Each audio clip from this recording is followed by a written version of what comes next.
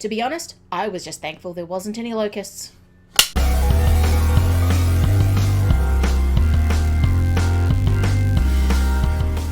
Hi guys, and welcome back to S&A Quickie Review, where we take a new release, mix it with an older movie to see what comes out.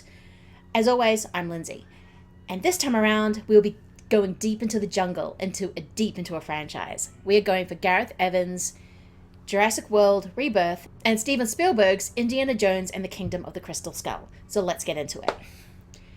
Look, I didn't hate the new Jurassic World, which I am just as surprised. Yes, I am that 12-year-old. I went and saw the original Jurassic Park in 1993, and it blew my little mind.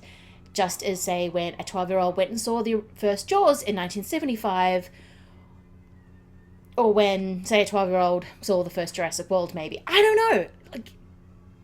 Kids like the prequels for Star Wars, so what do I know? But I didn't mind it. Yes, this movie isn't really doing anything new in terms of what a Jurassic Park or / World movie does. But it's going back to basics. As I mentioned before, this is directed by Gareth Evans, who of course known is for things like 2014 Godzilla? Anyway, Godzilla, Rogue One, and also Monster, which was a tiny little movie that got a lot of attention. So he knows how to do monster work. This movie on the outset feels like a very basic plot, but we also have returning writer David Cope, who, when Who Was on Fire, writes Black Bag, and when he is not. You have Scarlett Johansson as Zephyr Bennett, I know, leading a team to go onto one of the many mystery islands of the original Jurassic Park. Like, how many islands did this park have? To get samples for a pharmaceutical company run by Rupert Friend to trace the biggest dinosaurs on the planet, who, by the way, have now all moved to the equator because they don't like humans, because Jurassic Park is never going to make a movie about us living with dinosaurs, ever. And so they're going to go to this island to get the samples, and of course, it should be just, oh look, dinosaur run, dinosaur eat human. But this is a Jurassic World movie, and there has to be 5 different subplots, which, to be fair, that's an exaggeration, there are 2.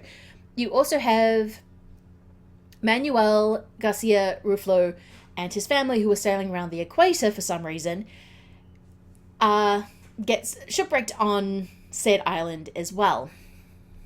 Now, this is kind of my biggest problem with the movie. We'll get into what I generally do like about the movie, but what I generally have issue with the movie is these 2 kind of stories that are mashed together. It is like David Cope had like 2 or 3 ideas, and when he was asked to write the script, he goes, oh, I can just bang these together into one script. So the movie is incredibly focused. I will say, when this movie kind of starts to sing, it is with just classic dinosaur material. Team goes to island. Team needs to find dinosaurs. Team find dinosaurs. Dinosaurs wants to eat humans. And yes, so this movie does still descend into mutant dinosaurs. But the most interesting part of the movie is when you're dealing with actual dinosaurs. Like the scene when, pretty early on in the movie, when they are hunting a sea-based dinosaur. I think it's the Monosaurus, I could be wrong. But it's a really cool classic hunting scene. And then the best scene is with my girl T-Rex. She's a great girl. We're friends. I like to catch up with her every so often. And she always shows up in every Jurassic movie. And she's always on the poster, which is why I don't understand why we have to have these new mutant dinosaurs, because apparently people are bored with dinosaurs. Why do you keep putting T-Rex on the poster? But this is just T-Rex going about her day. It is Gareth Evans and David Cope finally capturing a famous scene in the original Michael Crichton book of Alan Grant in a boat with the kids being chased by a T-Rex in the water. It's a great scene, even from someone who didn't love the book, though I was only like 11 or 12 when I read it, probably a bit too young to really kind of get into the rhythm of it. It's doing that scene, and it's a great scene. T-Rex is great, and we first meet her lying in the grass, having a nap. She's just eaten a snack. She's got a bit of a meat coma. She wakes up. She has a drink of water. Oh, wait. There's someone in the boat, goes into cat hunt mode. It's a really cool scene. And again, Gareth Evans is trying to recapture that original Jurassic Park thing that Steven Spielberg is amazing at, and that is capturing awe. It is capturing the wonder of looking up and seeing, oh my god, there's dinosaurs, because that was the whole thing with the original, and therefore the audience having that same reaction. It's kind of one of the very magical things that with blocking, which is Spielberg is good at, which we will definitely be getting into when I start defending Crystal Skull. Spoilers. And that is what is great about the movie. But, as I have mentioned before, this movie is so weighed down with so much other stuff that it doesn't need. And Gareth Evans is having fun like he's making a classic monster movie, in part, which I love. But also, it is filled with, what's this person going on here? What is the ultimate aim of the corporate guy? I mean, kind of a spoiler, but not really a spoiler. Look, for a kind of a movie like this, I don't think you need very deep characters. I mean, it can be a bonus, but you don't need them. What you need is excellent casting and actors who can fill in the missing pieces with quirks. This is what the original Jurassic Park did. These characters weren't necessarily deep, they're mostly caricatures.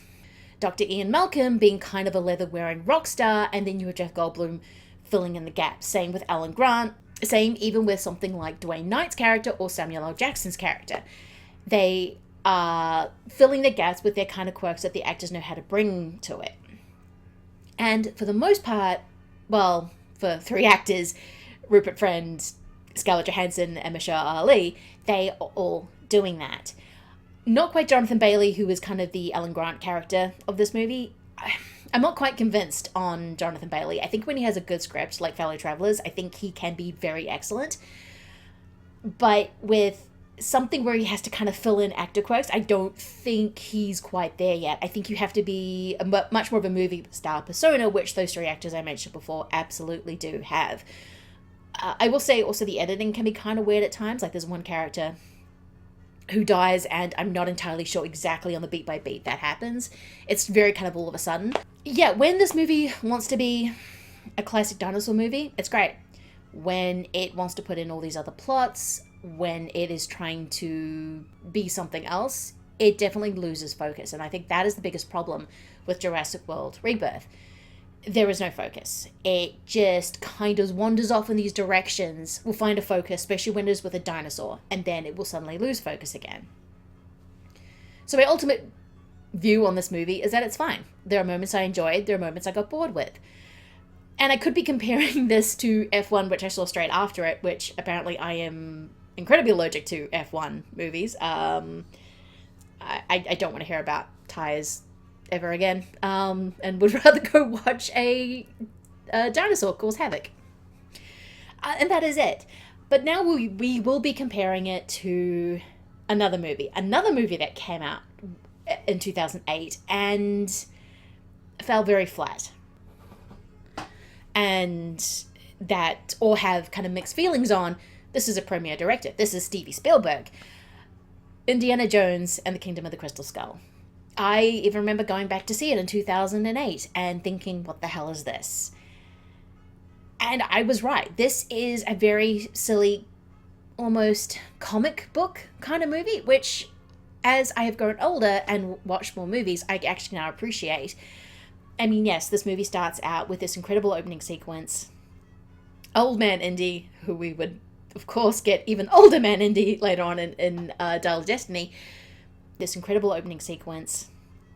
Old Man Indy, who we would, of course, get even older Man Indy later on in Dial of Destiny, going up against the Russians, because this is 1950s. And what I really am starting to appreciate about this movie is how 50s it is. You have the Cold War with the Russians. You have conspiracy theories like mind control, aliens, Roswell, all these kind of things that are baked into it. I mean, Shia LaBeouf rolling in on a motorbike like he's goddamn Marlon Brando from The Wild Ones. It's all there, and it's all baked into the piece. Coincidentally, actually not coincidentally, completely planned, this movie is also written by David Cope. And it is a very David Cope movie. I will say that David Cope can go on some tangents when he writes movies, and I think you need a director that has more focus, such with Black Bag from 2025, which is one of my favorite movies of this year. Even though Soderbergh can be accused of going all over the place, that man knows what movie he is making. You may not like the movie, like Presence, but he knows what he's doing. By the way, Presence, really great. I actually very like it. Very much like it. And that is, I think, the biggest difference. Gareth Evans maybe wasn't able to control the whole piece and all the tangents and put them together with Steven Spielberg, even if you think this movie goes off the rails like I did in 2008. I think it's aged really well and don't think it does. I kept waiting for it. Okay, is it when Shia LaBeouf turns up? No, it's not. Is it when they finally get to the jungle and meet John Hurt, who's lost his mind, and now there's a chase through the jungle and the red ants? Nope. I'm actually all in with Shia LaBeouf swinging with the monkeys, which is still a ridiculous scene, but it just didn't bother me as much as it did back in 2008. Is it when they finally discover the aliens? No, it's not. It all feels of a piece, which even with, I think, Steven Spielberg's lesser movies, say even like Jurassic Park Lost World or Lost World, Hook, there is a focus on theme always going throughout the movie, and this one does as well. And this is because of the 50nesses of it. 50nesses, that's a word. But think about when you are thinking of the first Indiana Jones. It's an incredibly put together, compact, concise movie, and it is all about the 30s. Even the even the religious text of the movie is very deep into the woo-woo the Nazis were kind of into with the Ark of the Covenant. It's all very baked in. I mean, Temple of Doom kind of goes off the rails because they're making up a lot of stuff up as they go along, because I don't think they had a plan. They go back to that, I would say, with the Holy Grail. I think that has that same kind of purpose. Though I do like Temple of Doom a lot. That was the one I watched as a kid. So, I mean, short round. But getting back to Crystal Skull, the aliens and the mind control and this kind of woo-woo-ness that always runs through the Indiana Jones movies actually makes sense for this one. And I'm all for them going into the jungle, for finding ancient Peruvian artifacts. Maybe the ancient alien stuff kind of falls flat just because I really am not into that kind of aspect of it, but it all works for that movie. Even Cate Blanchett with her wild Russian accent, mainly because I just really love an actor who commits to an accent that is ridiculous. And I love it. It's endearing. I think she's fun. I think she is a Boris and Natasha type villain.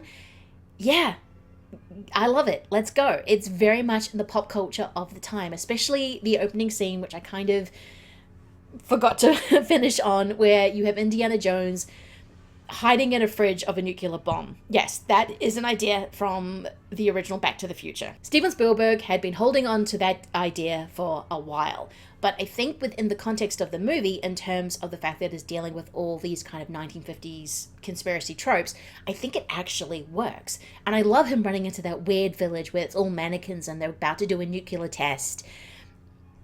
It's very of the time. This is why I think Crystal Skull has aged well, and I think that is going to be interesting to see how Jurassic World Rebirth ages. It is both a very deep into a franchise. We already have preconceptions about what we like and what we don't like, but when a movie like this that's deep in a franchise ages, you either really stick on to the things that you didn't like originally, or they are just woven into the tapestry. The character Mutt, played by Shia LaBeouf in Crystal Skull, is way too modern for a 1950s movie. He kind of sticks out like a sore thumb, and I think that's why it was kind of like, ugh, stop trying to replace Indiana Jones with Shia LaBeouf. But that's just kind of woven into the tapestry, and now also because he doesn't really come back, and they were really pushing Shia LaBeouf as the next big movie star at this point. And for reasons, he is not that. So you kind of just accept it now as part of the movie. And I'm kind of be curious how I accept certain elements I don't like about Rebirth that in, say, 5 years' time, that I am just going to accept as part of the tapestry, because Jurassic World is actually one of the better Jurassic World movies. There are no clones, there are no locusts. Well, technically the dinosaurs are clones, but you know what I mean. So I'm wondering if that lack of focus is going to be something that I just start to accept about the movie. It's kind of like when you watch a Halloween sequel or a Friday the 13th. You just accept them as part of the tropes and part of the tapestry of the series. And both of these movies are part of pretty big legacy sequels. I mean, Jurassic Park is still one of the biggest franchises of all time. Indiana Jones has a lot of sentimental value, not just because it's Steven Spielberg, but just the character Indiana Jones in general, and all Harrison Ford's persona as a movie star. It's very, very important to the tapestry of... Yeah, that I think is... Yeah, we're just going to have to see what happens. I love to see how movies age and why they age and what goes on with them. It's wild in terms of what we remember and what we don't remember. As in with Dominion, it's the goddamn locusts. Anyway, yeah, I really like Crystal Skull. I mean, it brings back Karen Allen, and she's awesome. It has some really fun, goofy, cartoonish action scenes. But again, I think that kind of fits with the 50s as opposed to all the hard-edged 30s. So it... Look, Steven Spielberg, good director. So you know what? Go watch it. Your opinion might change. I'm going to leave it there. If you want, please rate and subscribe. And we will be back with another quickie review. All right, thanks guys. Bye.